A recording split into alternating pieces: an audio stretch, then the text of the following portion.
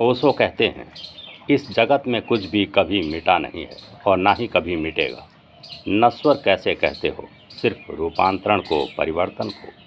लेकिन परिवर्तन के भीतर भी अनिश्चित अपरिवर्तनीय मौजूद है। जैसे कि माला की मोतियों में भीतर अनिश्चित धागा है। धागा दिखाई नहीं पड़ता, मगर वही धागा माला को संभाले हुए है। माला के गुरिये अलग अलग मालूम पड़ते हैं, मगर भीतर कोई जोड़ने वाला सूत्र भी है। इस जगत में सारी चीज़ें बदलती हैं, मगर इस जगत की गहराई में छिपा हुआ सबको जोड़ने वाला कोई सूत्र भी है। उसको ही मैं ब्रह्म कहता हूँ, उसको ही मैं सत्य कहता हूँ। परिवर्तन और शाश्वतता एक ही सिक्के के दो पहलू हैं। शाश्वतता है माला के धागे की भांति और परिवर्तनशीलता है माला के मनकों की भांति। दोनों में कुछ दुश्मनी नहीं है और दोनों ही सत्य हैं, मगर शब्द की अड़चन है। तुमने अगर शब्द में व्याख्या कर ली कि सत्य है वह जो कभी परिवर्तित नहीं होता, जो अनश्वर है, तो स्वभावतः तुम्हारी परिभाषा के कारण जो नश्वर है, जो परिवर्तित होता है, वह मिथ्या हो गया। तुम्हारी परिभाषा के कारण, तुम्हारी परिभाषा के कारण वह मूल्यहीन हो गया। मगर तुम्हारी परिभाषा का मूल्य क्या है? अस्तित्व को क्या पड़ी तुम्हारी परिभाषा से? तुम गुलाब को गुलाब कहो या कोई और नाम दे दो। दुनिया में हजारों भाषाएं हैं, तो गुलाब के हजारों नाम भी हैं।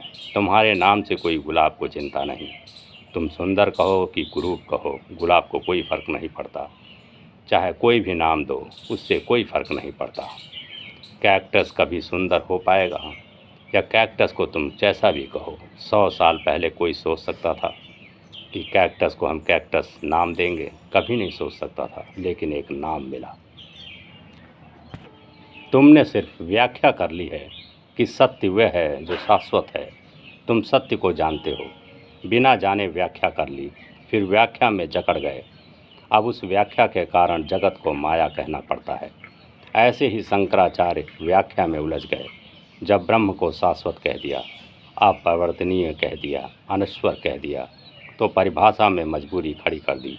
जगत को मिथ्या कहो, झूठ कहो, स्वप्नवत कहो, लेकिन यह परिभाषा की मजबूरी है। अस्तित्व की इसमें कोई बात नहीं उठी। बुद्ध ने परिभाषा ऐसी नहीं की। बुद्ध ने कहा जगत परिवर्तनशील है। यूनान में बहुत बड़े रहस्यवादी चिंतक मनीषी हेरेक्टाइटिस हुआ।